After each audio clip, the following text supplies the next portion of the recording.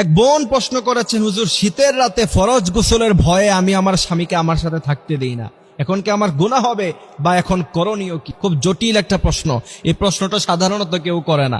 এক বোন হোয়াটসঅ্যাপে আমাকে এই প্রশ্নটা করেছে যে তিনি বলছেন, তিনি বোঝাতে চেয়েছেন, হুজুর যেহেতু ফরজ নামাজ ফজরের নামাজ আমাকে পড়তে হয়, আর রাতের বেলা যদি আমরা একসাথে থাকি তাহলে তো আমাকে ফরজ গোসল করতে হবে, আর আমাদের এখানে গরম পানির কোনো ব্যবস্থা নাই, ঠান্ডা পানিতে আমাকে গোসল করতে হয়। এই ভয়ে আমি আমার স্বামীকে থাকতে দেই না আমার সাথে, এই জন্য আমার স্বামী আমার উপর রাগ করে। এখন এটার করণীয় কি? আমি কি আমার স্বামীর হক নষ্ট করেছি কিনা? এটা একটা প্রশ্ন। গোটা জাতির উদ্দেশ্যে সেই উত্তর আমরা দিয়ে দিচ্ছি।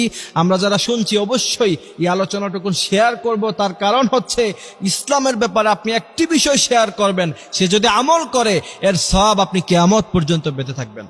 সুবহানাল্লাহি বিহামদিহি সুবহানাল্লাহিল আযীম।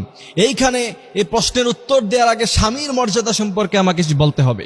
বিশ্বনবী সাল্লাল্লাহু আলাইহি সাল্লাম বলছেন, তোমাদের মধ্যে তোমাদের স্বামীদের মর্যাদা এত আকাশচুম্বী, যদি পৃথিবীতে আল্লাহ ব্যতীত অন্য কাউকে সিজদা দেওয়ার অথরিটি অনুমতি থাকতো তাহলে আমি গোটা পৃথিবীর সমস্ত মেয়ে লোকদেরকে বলতাম তোমরা তোমাদের স্বামীর পায়ে সিজদায় লুটিয়ে পড়ো। এ হচ্ছে স্বামীর মর্যাদা। বিশ্বনবী সাল্লাল্লাহু আলাইহি সাল্লাম বলছেন, তোমার স্বামী যদি তোমার উপরে খুশি থাকে, তুমি যখন মৃত্যুবরণ করবা সে যদি তোমার উপরে খুশি থাকে, এতটুকুই তোমার জান্নাতে যাওয়ার জন্য যথেষ্ট। আর সে যদি তোমার উপরে নারাজ থাকে, এতটুকুই তোমার জন্য জাহান্নামে যাওয়ার জন্য যথেষ্ট।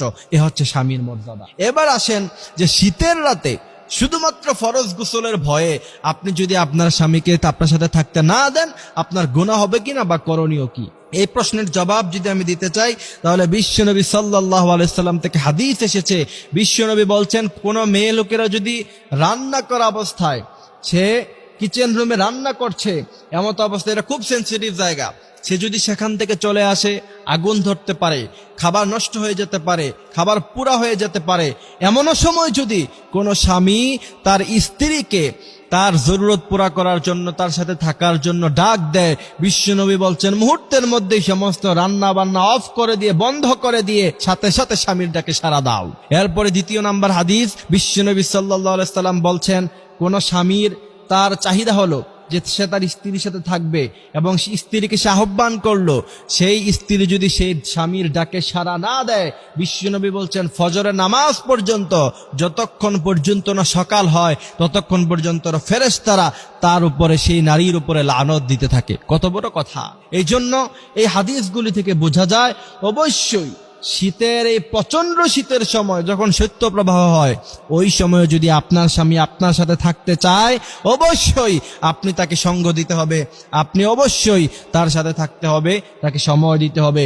ফরজ গোসলের এই ঠুনকো ভয়ে আপনার স্বামীকে বলবেন হিটারের ব্যবস্থা করতে, প্রয়োজনে গ্যাসের চুলার ব্যবস্থা করবেন, গরম পানির ব্যবস্থা করবেন। সেটা আপনার স্বামী যদি আপনার জন্য না করে সে গুনাহগার হবে। আপনি তাকে সেই ব্যবস্থা করে দিতে বলবেন, সেও বাধ্য আপনাকে এগুলি ব্যবস্থা করে দেওয়ার জন্য। যদি না করে আল্লাহর কাছে জবাব দিতে হবে। সুতরাং সাধারণ অজুহাত দিয়ে আপনার স্বামীকে অবশ্যই আপনি এখান থেকে বিরত রাখতে পারেন না, আপনার স্বামীকে আপনি সঙ্গ দিতে হবে। এর চাইতে বড় কোনো কাজ হলো, বিশ্বনবী সাল্লাল্লাহু আলাইহি সাল্লাম বলছেন, ওই সমস্ত নারীরা হচ্ছে খারাপ নারী যারা স্বামীর চাহিদা পূরণ করতে দেয় না। এই জন্য প্রিয় ভাইয়েরা আমার, আল্লাহ পাক আমাদেরকে এই কথাগুলি বোঝার, মানার তৌফিক তিনি দান করুক। আমিন।